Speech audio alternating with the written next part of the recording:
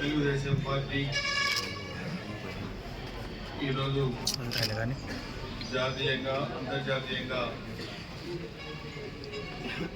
పేరు ప్రఖ్యాతులు తెచ్చుకున్న పార్టీగా ఉందంటే అది అన్న నందమూరి తారక రామారావు గారు తెలుగుదేశం పార్టీని స్థాపించి రాజకీయాల్లో నూతన ఒరవడిని సృష్టించిన వ్యక్తి అన్న నందమూరి తారక రామారావు గారు.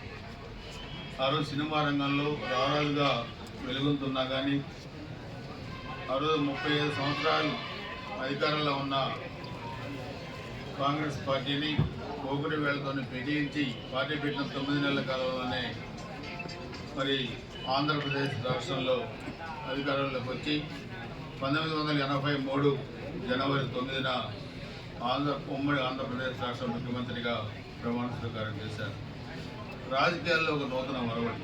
ఆ రోజు 2 రూపాయల కిలో బియ్యం కానీ, జనతా వస్త్రాలు కానీ, విద్యుత్ ఛార్జీల తగ్గింపు కానీ, అదేవిధంగా రిజర్వేషన్స్ స్థానిక సంస్థల ఎన్నికల్లో మహిళా రిజర్వేషన్స్ కానీ, బీసీ రిజర్వేషన్స్ కానీ ఒక నూతన ఒరవడి పేదవాడికి ఆకలి తీర్చాలనే ఉద్దేశంతో అన్న నందమూరి తారక రామారావు గారు తెలుగుదేశం పార్టీని స్థాపించారు.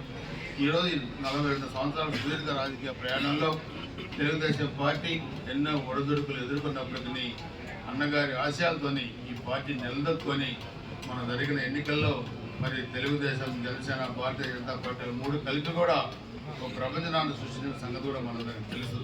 ఈరోజు ఆంధ్రప్రదేశ్ రాజకీయాలు చూస్తే గత 1924 మధ్య జరిగిన ఒక అరాచకమైన పరిపాలనని మరి తీసివేసి ఈరోజు మరలా నూతన ఒరవడి చంద్రబాబు నాయుడు గారి నాయకత్వంలో ఆంధ్రప్రదేశ్ రాష్ట్రం ముందుకు వెళ్తూ ఉందంటే మరి ఎన్నో ఒక ఆర్థిక విధ్వంసకాడు చేసిన విధ్వంసాన్ని మరి పక్కకు తప్పించి దాన్ని ఒక ట్రాక్ మీద తీసుకొస్తూ ఉన్నారు చంద్రబాబు నాయుడు గారు. మనం ఈరోజు ఇంతమంది ఇక్కడ ఉన్నాం, అనేక కులాలు మతాలు ఈ పార్టీలో ఉన్నాయి. ఎన్టీ రామారావు గారు చూస్తే యువకులు, చదువుకున్న యువకులకి ఎంతోమంది పేద వర్గాల్ని ఎమ్మెల్యేలుగా, మంత్రులుగా, ఎంపీలుగా, కేంద్ర మంత్రులుగా చేసిన వ్యక్తి అన్న నందమూరి తారక రామారావు గారు తెలుగుదేశం పార్టీ. ఈ పార్టీ అందరిది, ఎవరికో ఒకరికి సంబంధించింది కాదు. ఈరోజు నేనున్నాను రాజకీయాల్లో. ఆ రోజు 94లో చూస్తే నాకు చిన్న వయసులోనే ఆ రోజు మార్చల రాజకీయాల్లో అన్న నందమూరి తారక రామారావు గారు పిలిచి ఆ రోజు నాకు ఫ్యాషనిజం రూపుమాపాలంటే ఏ విధంగా యువతని మరి ఉత్సాహపరిచారో, ఎంకరేజ్ చేశారో, ఏ విధంగా ఎమ్మెల్యే సీట్లు ఇచ్చారో నేనే ఒక ఉదాహరణ. నాలాంటి వాళ్ళు ఉమ్మడి ఆంధ్రప్రదేశ్లో చాలామంది ఉన్నారు. నేను మొన్న తిరుపతి వెళ్తే 10వ తారీఖు దర్శనంగా అక్కడ చాలామంది తెలంగాణ నాయకులు కూడా కలిశారు, టీఆర్ఎస్ నాయకులు కలిశారు, కాంగ్రెస్ నాయకులు కలిశారు. వాళ్ళందరూ తెలుగుదేశం పార్టీ నుంచి మరి బయటికి వెళ్ళిన వాళ్ళు ఒకటే మాట చెప్పారు, మేము ఏ పార్టీలో ఉన్నా మాకు గౌరవం, మాకు గుర్తింపు, మాకు ఆత్మాభిమానం ఉందంటే అది ఒక తెలుగుదేశం పార్టీలో అని చెప్పి కూడా ఆ రోజు అందుకనే ఈ పార్టీ ఎంతోమంది రాజకీయంగా నేడనిచ్చి మరి ఎంతోమందికి భవిష్యత్తునిచ్చిన పార్టీ ఈ తెలుగుదేశం పార్టీ. అన్న నందమూరి తారక రామారావు గారు, అదేవిధంగా చంద్రబాబు నాయుడు గారు కానీ, లోకేష్ గారు కానీ ఈరోజు ఈ పార్టీని ముందు నడిపించే దాంట్లో చాలా పకడ్బందీగా కూడా ముందుకు వెళ్తూ ఉన్నారు. మండీ తరగతులు కూడా మనం చూస్తే ప్రతి ఒక్క కార్యక్రమాన్ని కూడా మన కార్యకర్తలు చాలా బాగా ఉత్సాహంగా చేస్తూ ఉన్నారు. ఈ సభ్యత్వం కూడా మనం చూస్తే ఇప్పుడు దాదాపు 11 నియోజకవర్గాలు 1,00,000 పైచీలకు మరి పైగా సభ్యత్వాలు చేశారు. దాంట్లో మంది గురజాల నియోజకవర్గం 175 నియోజకవర్గాల్లో 7వ స్థానంలో ఉంది.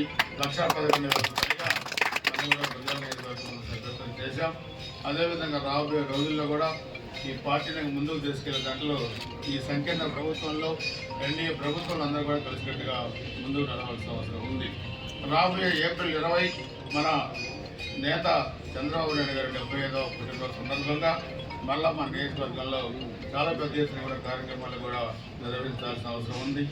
దాంట్లోనే అన్న నందమూరి తారక రామారావు గారి 100వ జయంతి ఉత్సవాలు కూడా దాంట్లో కూడా ప్లాన్ చేద్దాం. మళ్ళీ మనం ఫిబ్రవరిలో కూర్చొని ఆ ఏప్రిల్ 20 ఒక చరిత్రలో నిలబడే విధంగా, ఇంకొక యువగలంగా, ఇంకో ఆత్మగౌరవ యాత్రగా కలగలిసి 2 కలిస్తే ఎలా ఉంటుందో అలా ఏప్రిల్ 20 మరి సువర్ణ అక్షరాలతో లిఖింపబడే విధంగా మరి చరిత్రలో నిలిచిపోయే విధంగా మన అధినేత పుట్టినరోజు వేడుకలు జరపాలి. దానికి ఒక కమిటీ చేసుకొని మళ్ళీ ప్లాన్ చేసుకుందాం.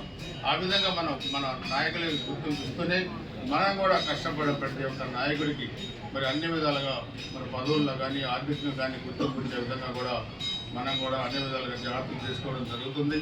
అందుకని ఎప్పటికప్పుడు మనం బేరీ చేసుకుని ఒక పక్క డెవలప్మెంట్ కానీ, ఒక పక్క మనం చేయాల్సిన పనులు కానీ, నియోజకవర్గంలో దానికి కావాల్సిన నిధులు కూడా మనం తీసుకొచ్చుకొని ఒక ప్రణాళిక ప్రకారం కూడా ముందుకు తీసుకెళ్లాల్సిన అవసరం దానికి అందరి సహకారం కూడా కావాలని చెప్పి తెలియజేసుకుంటూ, ఎప్పుడు ఏ కార్యక్రమం మరి మనం తలపెట్టినా మనకి అన్ననందమూరి తారక రామారావు గారి ఆశీస్సులు, చంద్రబాబు నాయుడు గారి మద్దతు, లోకేష్ గారి మద్దతు మనకు ఉంటుందని చెప్పి తెలియజేసుకుంటూ, ఈరోజు ఒక చారిత్రాత్మక పురుషుడి మరి మరణం.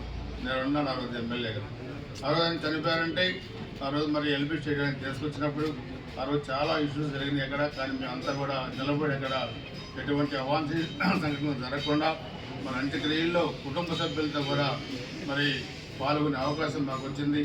అదేవిధంగా 94 ఎన్నికల ప్రచారంలో అదే ప్రియురాలు వచ్చినప్పుడు కానీ కారంపూడి నుంచి లాస్ట్ మీటింగ్ ఒక రోజంతా కూడా చైతన్యలో అన్నగారితో ఉండే అవకాశం కూడా నాకు చిన్న వయసులో లభించిందంటే అది నా పూర్వతనం సుకృతంగా భావించాలని చెప్పుకోవడానికి అందరూ కూడా అటువంటి మహనీయుడు పెట్టిన ఈ పార్టీలో మనందరం కూడా బీసీలు, ఎస్సీలు, ఎస్టీలు, మైనార్టీలు, బడుగు బలహీన వర్గాలు అందరం కూడా ముందుకు నడవాలని చెప్పి ఆయన ఆశీస్సులతో మనం భవిష్యత్తుకి బాటలు వేసుకోవాలని చెప్పి కూడా తెలియజేసుకుంటూ అందరి దగ్గర సెలవు తీసుకుంటాను. జై హింద్, జై ఎన్టీఆర్.